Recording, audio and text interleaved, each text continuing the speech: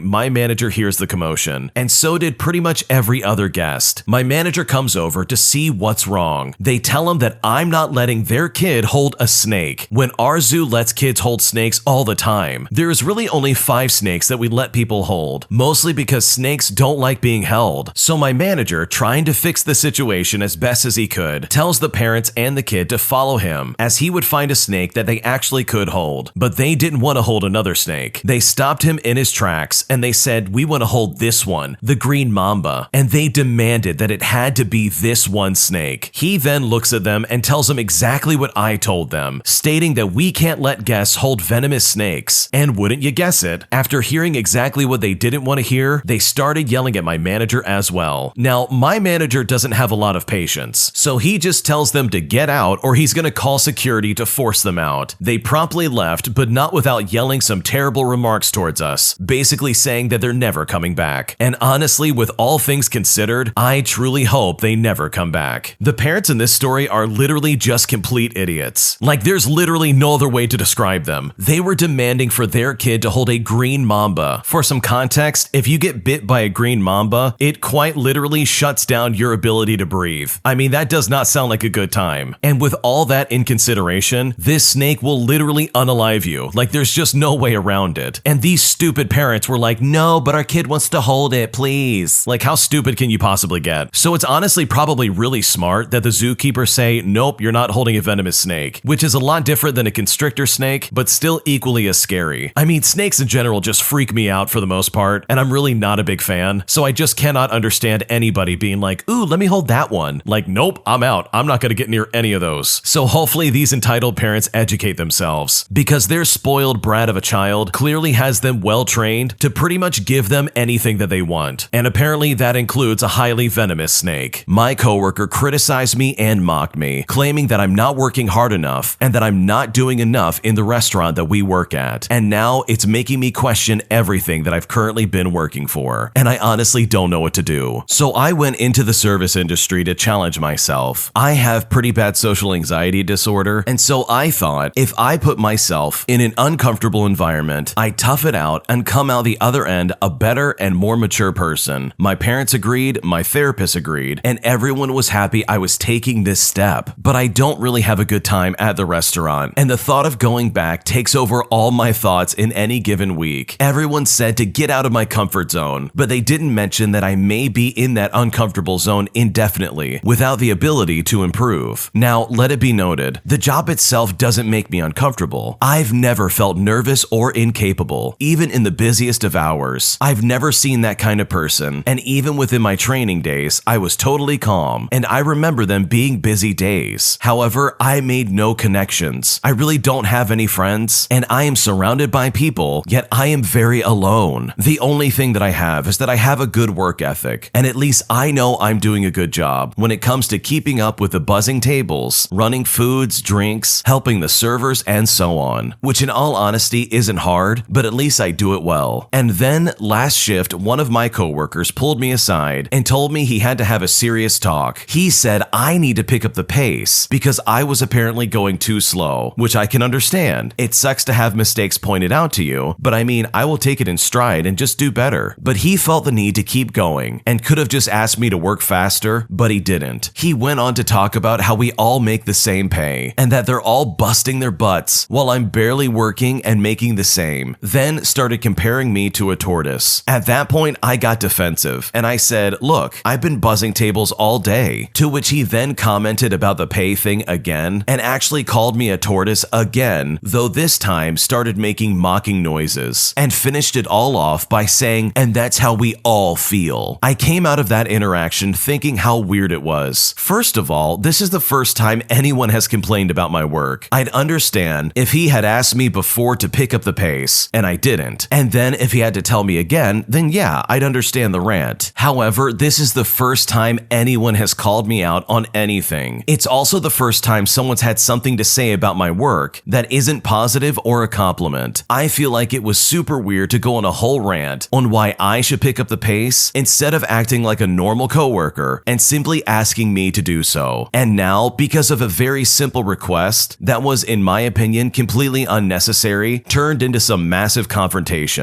I am now questioning my position in the restaurant as a whole in terms of how everyone sees me. And honestly, who was we in that situation? The fact that he said that this is how we all feel really makes me paranoid. Is it the server assistants? The servers themselves? Is it the whole restaurant? I plan on at least confronting the coworker that talked to me. I will say that I appreciate the honesty, and if he ever needs to tell me that I've messed up in the future, to do so, but to simply tell me and not go on a rant again, because I don't need it and I shouldn't be talked to that way. Somehow I feel like I'm overreaching, but at the same time, no one has ever talked to me that way in any job I've ever had. It was completely out of left field, and it felt mildly personal. No matter how much I try to think of it this way, I can't help but feel like he's trying to tell me that we don't want you here. If you were to inform a coworker that they're making work harder for you, how would you word it? Do you agree with my coworker's approach? I'm new to the service industry. Maybe this is more common than I think. I mainly feel useless because I haven't been working for long, maybe about 2 months in total. That's it. I feel obligated to keep working at least another 3 to 4 months before quitting, so I can feel like I actually tried. But in all honesty, a lot of me is really just pushing to quit right now. I really thought I could do this. My friend, who is also socially anxious, during high school would tell me how working at a restaurant brought him out of his shell, and he's been much more outgoing, and he now makes good money as a bartender. I guess the promise of the change in personality, coupled with the promise of good pay, intoxicated me. I came into work in the restaurant with the most positive dispositions, but now I find that I have very little of that left, and I worry that it shows, and I honestly don't know what to do. Honestly, that place sounds super toxic. I've also worked in the food industry, and I don't think I've ever had a coworker come up to me and say, "Yo man, you gotta start working harder." Like, screw that guy's a jerk. I would not take that coworker's advice seriously, because you know what, that guy's probably worked there for like 12 years, and he hates the fact that there's a new guy in the kitchen. And the fact that he was mocking you and claiming that this is how we all feel is borderline bullying. I would honestly go straight to your manager and say, "Hey, this one coworker is harassing me at work," and let them take care of it. And don't for a second put yourself in a position where this guy can then make weird comments towards you and basically put you down at the drop of a hat. He is not your manager. He is just another coworker. So don't tell him that he can correct you. Screw that guy. That guy seriously is just a jerk. And you'll run into a lot of those in the food industry as well, unfortunately. A lot of jaded, angry people who work there just to make ends meet. There can be diamonds in the rough, so to say, but from my personal experience, those are far and few between. Also, if you feel like you need to quit because this job has turned into some toxic, weird environment, then go ahead and quit. Like, there's no shame in saying, you know what, this job is not for me. And forcing yourself to keep working for 3 to 4 months on a job that you know for a fact is not where you want to be at sounds absolutely miserable. So start the process of looking for another job. If this is the work environment that you're currently dealing with, I can guarantee you that you're not the first person in this company's history to leave after just a few months. So I just wouldn't be so hard on yourself. And I would not listen to what this guy is saying to you, because he literally doesn't know what he's talking about. And if anything, he's just a massive bully who clearly needs to be put in his place. An entitled old man stops his car and parks it in the middle of the road and refuses to move it and park in an actual parking spot. But once I threatened to call the police or an ambulance to try and take care of this old man, he changed his tune, got in his car, and moved out of the way. Here's what happened. So something bizarre happened to me yesterday. I was pulling into a parking lot when the car in front of me suddenly came to a complete stop in the middle of the lane. Its owner, an older white man, turned it off and got out and started walking into the nearest store in the strip mall. Yeah, you heard that right. He just parked his car in the middle of the lane, in the middle of the road. I could have gotten around it if I really tried, but it would be dangerously close to either his car or the other parked cars. I lightly tapped my horn twice at him, seeing as how I was essentially stuck now. He turned around and I rolled down my window and I said to him, "Hey man, that's not a parking space." He dramatically pointed at my car and did this right this way motion with both hands, sort of aiming at the very narrow path that I guess he thought I should be able to get through. So I repeated myself again, "Sir, that's not a parking space. I can't get around you." He responds by saying, "Why is it that one of you people every time just go around?" So this led me to believe that, oh, he's done this before. I say to him, "Sir, what are you doing? That's not a parking space. I need you to move your car." Mind you, there's no way I'm getting around him. He responds to me by saying that I apparently just need to mind my own business. So I reiterate myself again, saying, "Come on, you can't park there. Just please move your car." At this point, his lips were doing that weird shake thing that old people do when they hang their mouths open. I guess he thought he was being intimidating or something. He stepped up to my window and yelled at me, "You want to make me?" So yeah, I was right. He's definitely done this before, and he's being an aggressive jerk. Now, I've read online where other people have interacted with older Karens, and there's apparently a card that you can play that can bypass this sort of attitude. I look at him with actual concern and I say, "Sir, are you okay? Do you know where you are right now?" He looks at me and says, "What?" I repeat myself, "Are you with someone? Is there someone who's supposed to be helping you today?" At this point, he looked confused, which is exactly what I wanted, as he said, "Wait, what are you doing?" I respond by saying, "Do you need help? It sounds like you don't know where you are, and I'm worried for you. Is there anyone I can call for you to help you out?" It was at this point that I'm pretty sure he caught on to what I was doing, and he switched back from being confused back to being angry. He responds aggressively by saying, "I don't know. Is there anyone I can call for you?" And I wasn't sure if this was some kind of weird veiled threat, so I just kept up the act, and I said, "Sir, it's okay. It's okay. Don't worry. You just stay right there, and I'll call someone who can come help you. Don't worry. It'll be okay. Just don't move, and I'll call for an ambulance." At this point, I backed into a parking space that had opened behind me and pulled out my phone. I really was just gonna call 911, but only because he was too confrontational to be left unattended in the public. Of course, as with most bullies, the moment they realize they don't have any power over you, he gave up, muttered something to me, and got back in his car and left. On my way out of the parking lot, I saw that he had miraculously found his way into a parking spot on the other side of the lot. And honestly, he probably should have done that in the first place and saved both of us a lot of trouble. What a weird situation to be stuck in. Literally, they're just driving down the road and some guy just stops in the middle of the road to go shopping or something like that. I mean, what an absolute jerk. And I think the original poster is right. He has clearly done this before, and he wanted to be some weird entitled old person and not move in the slightest. But I absolutely love what the original poster's done. I have never seen anybody pull this off, but it's really cool to see that it actually worked. This guy changed his tune completely, and he straightened up and got back in his car and found a parking spot, which he should have done in the first place as it is. But thankfully, this weird entitled old man didn't get his way, and he was forced to get back in his car and move it to a parking spot, because the way he was acting definitely seemed like he was losing his mind, and hopefully in the future, he won't act like this moving forward. My bus driver was playing music at an unreasonable volume, and when I tried to tell them to turn it down, they became incredibly passive-aggressive and very rude, and I honestly was so surprised. So this happened back in high school. I took the school bus to and from school, as I didn't have a car at the time. One day, I got on the bus after school, and I noticed that we had a new bus driver. They change up bus drivers all the time, so this wasn't a huge shock. I sat down in the front row seat on the right side of the bus, across the aisle from the driver, and right in front of the stairs. Kids were still boarding, so the bus wasn't moving, but the radio was on. I don't remember what the station was, and it doesn't honestly really matter. All I know is that it was playing just a bit too loud for my taste. It wasn't blasting, just one notch above what I'm comfortable with. I'm autistic and a bit sensitive to noise, and while this was nowhere near loud enough to make my brain shut down, it was a bit uncomfortable. And so this is the resulting conversation between me and the bus driver. So as I'm leaning over so that she can hear me over the general chatter of the bus, I say to the bus driver, "Excuse me, could you please turn the music down just a little bit?" The bus driver didn't answer for a moment. She then got on the radio PA system, temporarily paused the music, and said to the entire bus, "Just so you all know, I'm gonna be playing the radio. My son works for the radio station, so I'm not gonna turn it off." Did you pick up on that, by the way? I told her to please turn it down a little bit, not to turn it off completely. While it is possible that she misheard me, the chatter of the other kids was not that loud that day. There wasn't much interference nearby, because none of the talkative people sit in the front row. Even if she had misheard me, I made sure to ask extremely politely. I wasn't using any sort of tone, and my volume was exactly the kind anyone would use in a moderately crowded room. It was abundantly clear, I was not being rude or hostile, but for some unexplainable reason, instead of politely turning and saying something like, "Oh, I'm sorry, but my son works for the radio station as a DJ. I'd like to have the radio on so I can hear him," she decided to be passive-aggressive. Being incredibly shy, I never asked again or bothered to clarify what I'd said. I was far too intimidated. From that point onward, I just brought headphones to school just to wear on the bus to slightly dampen the noise. I'm not sure if I was the one being entitled here. If I was, then I'll just blatantly accept that. But I felt like she overreacted to a polite request, and it honestly just came off as rude. Okay, so call me crazy, but I'm honestly not on the original poster side on this one. Here you have a bus driver who's driving teenage kids to and from school, and they probably have to hear the weirdest conversations on planet Earth. And the one thing that drowns out that noise and allows them to do their job without losing their mind is probably the radio. And I bet there's probably some kind of rules associated with their job where they can't have headphones on or anything to drown out those kids in the back. I don't know if you've ever ridden a bus, but personally, I've never had a good experience on the bus. But now that I'm an adult, I have a lot more sympathy for the bus driver. And I definitely remember some of the garbage that bus drivers I knew about had to go through on a daily basis with some of these kids. So was it entitled for the original poster to request that the music get turned down just a little bit? Not completely, in my opinion, but I also think that the original poster probably should have just said nothing. And unfortunately, the bus driver response is not surprising to me. When it comes to high school kids, sometimes being polite just doesn't work. They will eat you alive if you act like that. So passive-aggressive and slightly rude is probably the only way they can get these kids off their backs. And I'm speaking as somebody who remembers who I was as a high school student, and boy was I obnoxious. So in my opinion, I think the bus driver's doing nothing wrong by having the radio on while they're driving their bus around. And I think the original poster had it right. They accommodated to their surroundings by getting headphones. And that really was a win-win situation for everyone involved. But that's just my opinion. What do you think in this situation? Do you think the original poster was being rude for asking them to turn down the radio? Or do you think the bus driver could have been a lot nicer to the original poster and just turned it down one notch? Leave a comment down below. We'd love to hear it. An entitled Karen doesn't watch her child at the pool and freaks out on me when I save him from falling in the pool. And I'm honestly just so sick of it. So my first job was at 16 years old, and it was a type of customer service job. I was a lifeguard at a very busy major indoor pool. Weirdly, it was very similar to the job of a front desk person in so many ways. Dealing with the public, keeping people from doing stupid things with a stupid smile plastered across my face. It was definitely exhausting. This one particular day, I was patrolling the shallow end of an Olympic-sized swimming pool. There was a very large, shallow hot tub type separate area of the pool with a bench seating area all around that sported lots of jets and so on. We used it to teach young children, so it was called the teach pool. And trust me, every single one of those kids would pee in that pool, or much worse if you know what I mean. But on Sunday, adults would come in with kids and family members for a public swim. Many of them would sit stewing in this filthy pool, and it honestly was just disgusting. But whatever, just toss in more chlorine, turn the filter to max, and hope that nobody gets cholera. So this one Sunday, with a pool full of well over 1,200 patrons, as we were encouraged to call them, and a teach pool with another 80 people, full staff of guards on duty, all of us just trying to make sure that all 1,200 heads resurfaced every 30 seconds or so, and nobody was left on the bottom of the pool at closing time. A truly impossible job, but we did our best. I was constantly scanning my zone and looked over at the teach pool. A tiny toddler was walking along the bench seating area. Two mommies, both presumably named Karen, were chatting with each other, and mommy Karen had her back turned to little Johnny as he was wandering along the bench. I saw this one coming from a mile away, and I headed over. I was almost there when a powerful jet blew Johnny's feet out from under him, and in a splash, he goes out to the middle of the teach pool, just a few inches over his head, and he's circling the central drain. It was almost funny in a way, if it wasn't just moments from being a horrible tragedy, but I was there in a flash, so I jumped in and pulled this kid out before the top of his head was even wet. I walked back up to mommy Karen, tapped her on the shoulder, and said,